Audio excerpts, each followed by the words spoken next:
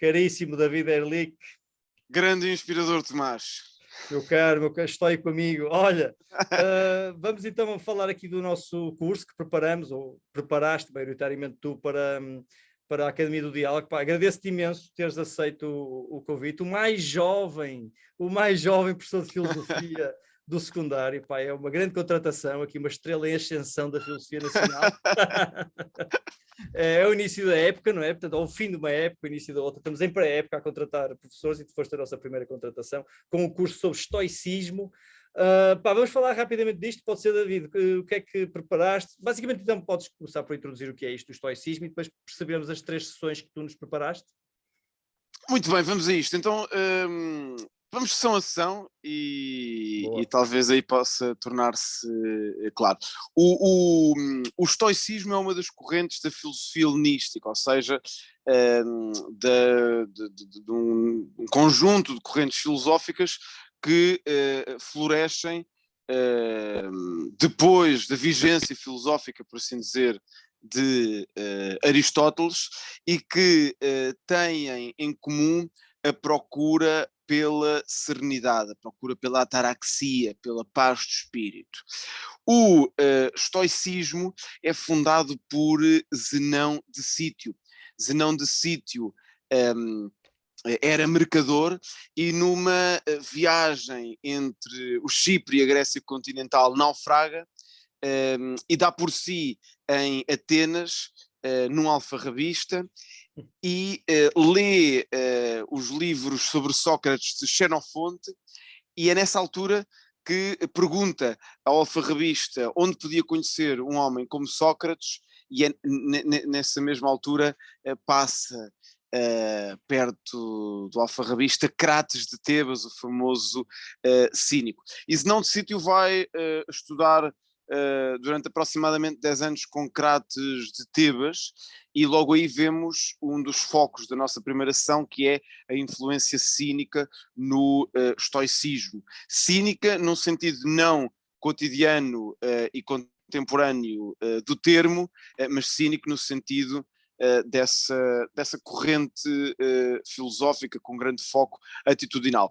Ora, Zenão de Cítio, a dada altura, decide fundar a sua escola, e funda a sua escola no pórtico pintado Stoa Poikile, na Ágora de Atenas. Curiosamente, antes da escola de Zenão de Cítio havia um grupo de poetas que também se reunia nesse pórtico e que também eram conhecidos como os estoicos, mas a marca, para usar um vocabulário atual, a branding, foi... não diria roubada, mas foi apropriada por Zenão de Cítio e pelos seus discípulos, daí veio o nome estoicismo. Nós na primeira sessão vamos brevemente olhar para a ética aristotélica, da ética nicômaca e também alguns aspectos da política. Chamas aqui as raízes do estoicismo, não é? Exatamente, Cínicos e Aristóteles. Exatamente, as raízes do estoicismo. O Sócrates de Fédon, por exemplo, um Sócrates que valoriza a virtude como condição suficiente e necessária para a felicidade. Esta definição de virtude está mais presente no Eutidemo. Os cínicos, como já disse, Zenão de Cítio estudou com os cínicos, e também incontornável Aristóteles. Na segunda sessão vamos aos princípios gerais do estoicismo. Avançamos por aí? Ou achas que entre a virtude, a serenidade e a felicidade, não é? Os princípios gerais do estoicismo. Assim, muito, muito rapidamente, só para aguçar o apetite. Só para aguçar o apetite. Ora, os estoicos partem de uma física materialista. Para os estoicos, sobretudo para os estoicos tardios, depois isto fica mais ambíguo no estoicismo, sobretudo para os estoicos mais antigos, para o estoicismo médio e para os estoicos tardios isto fica por vezes mais ambíguo, mas para o estoicismo inicial o mundo é matéria.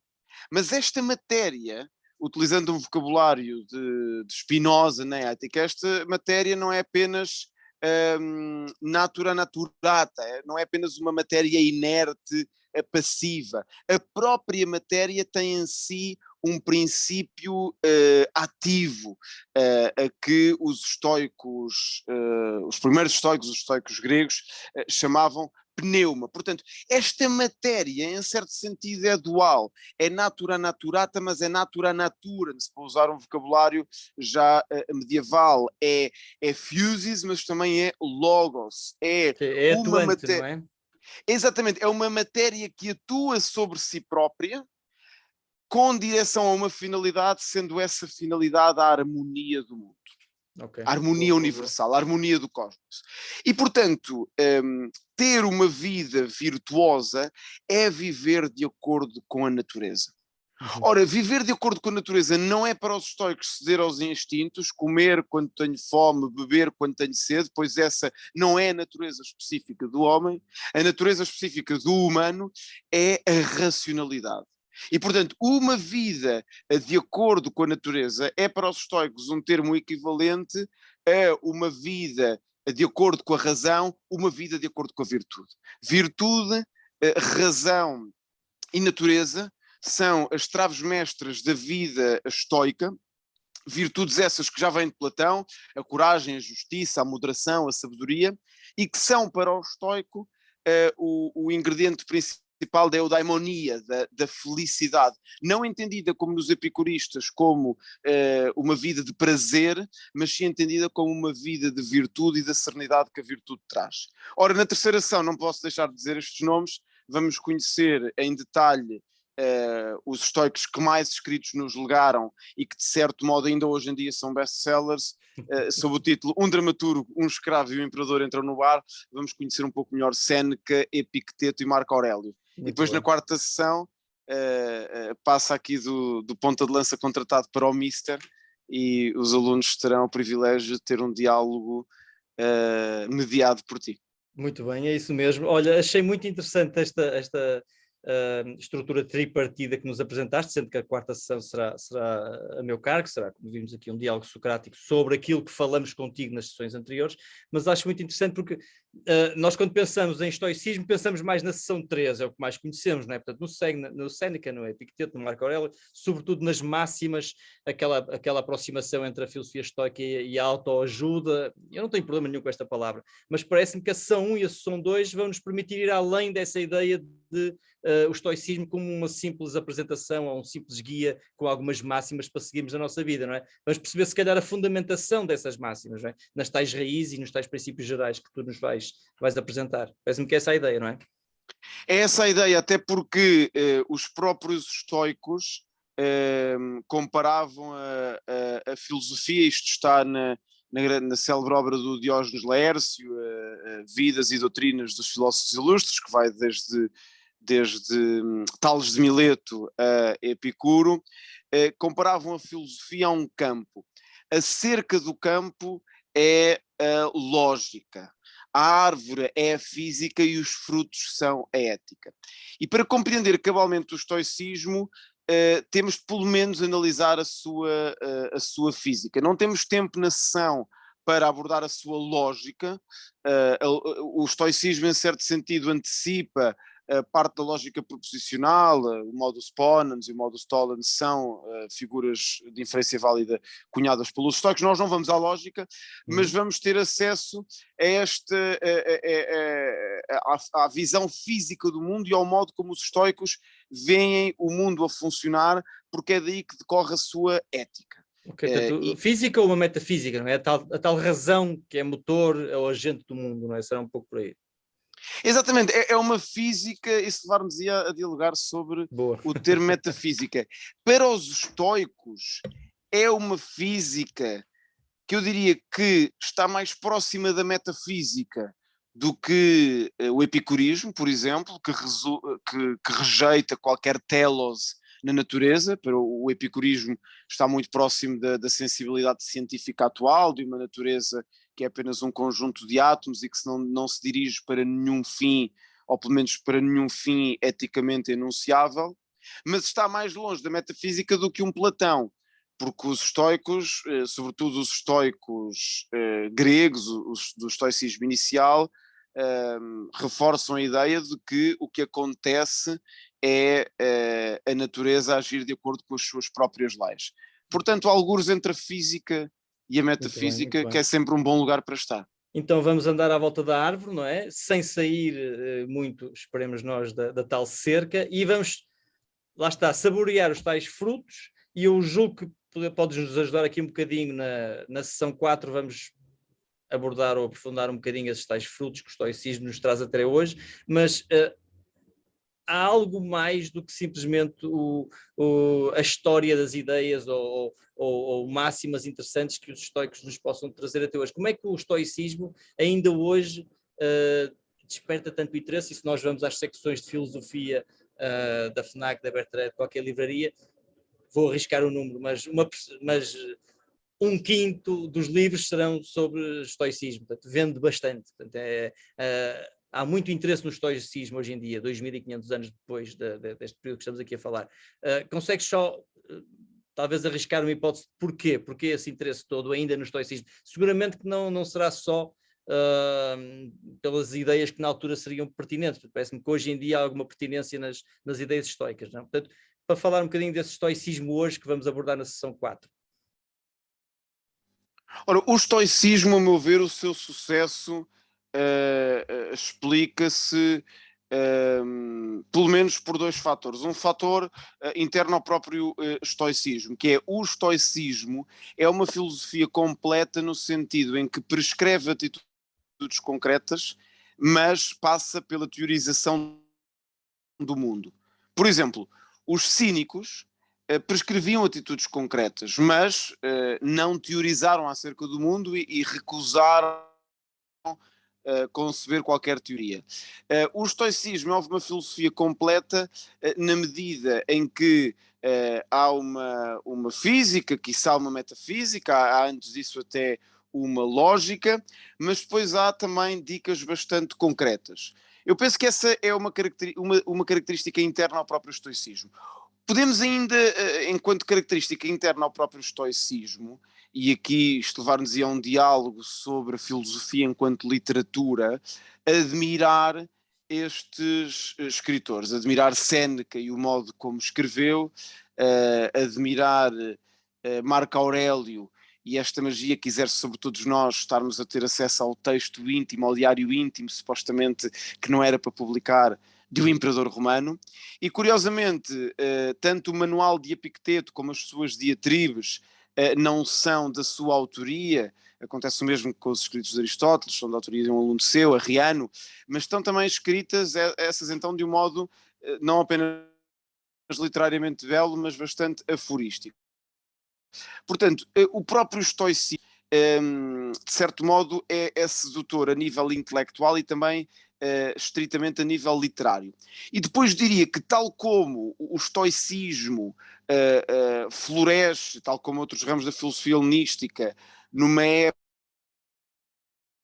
de grande mudança geopolítica clássica, das polis autónomas, autossuficientes, cheias de si mesmas, convictas na sua superioridade, dão aso a um período de incertezas, de conflitos militares e daquilo que alguns autores chamam a globalização helénica, e ficando um pouco sem chão, as pessoas socorrem-se de uma nova sabedoria que as faça alcançar a serenidade. De certo modo, nós podemos dizer que hoje em dia, com a queda de uma certa espiritualidade tradicional associada aos teísmos, o que nós mais vemos nas livrarias são ofertas concorrentes entre si para o bem-estar. E o estoicismo é uma delas, e nós não devemos ter receio de usar termos como o termo autoajuda. Agora, o que o estoicismo tem de maravilhoso é que não é uma autoajuda barata que nasceu há 10 ou 15 anos, não é uma autoajuda desenvolvida por alguém que ao mesmo tempo está a se autoajudar a si próprio e a enriquecer, e é uma autoajuda que tem nos seus pergaminhos ter-se tornado a filosofia oficial do Império Romano durante uma boa parte da existência do mesmo. E, portanto, em certo sentido, tem provas dadas. Só para finalizar este ponto, porque isto é muito interessante, um dos fundadores da psicologia cognitivo-comportamental, Robert Ellis, se não me engano, reconhece a dívida intelectual que tem para com o estoicismo e o quanto especificamente os ensinamentos de Epicteto o modelaram. Portanto, em certo sentido, algumas práticas terapêuticas do estoicismo estão em diálogo e foram sujeitas ao escrutínio científico por parte da psicologia cognitivo-comportamental, o que não deixa de ser um ponto de contacto interessante. Acerca desses pergaminhos e desse valor enquanto autoajuda, chamamos-lhe assim, eu acho que não é preciso ter medo dessa palavra, mas o facto de ter sido, como disseste,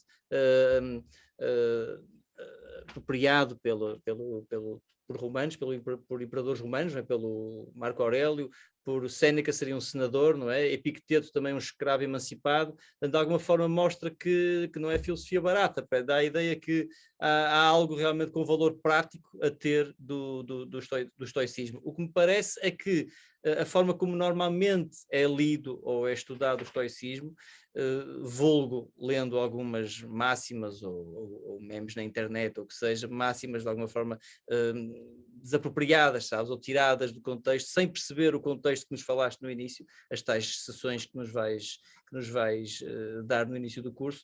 Julgo que é uma forma de entender o estoicismo bastante, ou seja, que fica órfã, não é? Fica truncada de alguma coisa. Não conseguimos perceber o estoicismo simplesmente lendo meia dúzia de máximas de alguns estoicos, não é? Sim, definitivamente. Acontece com vários campos da filosofia. Não diria que esse contacto superficial é mau per si,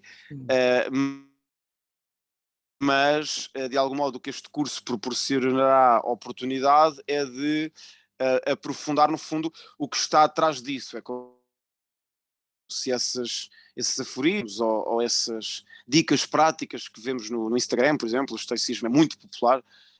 No fundo, o curso permite ter acesso ao back-office e ter acesso à sistematização teórica e aos próprios textos que deram origem a essas dicas concretas. Até porque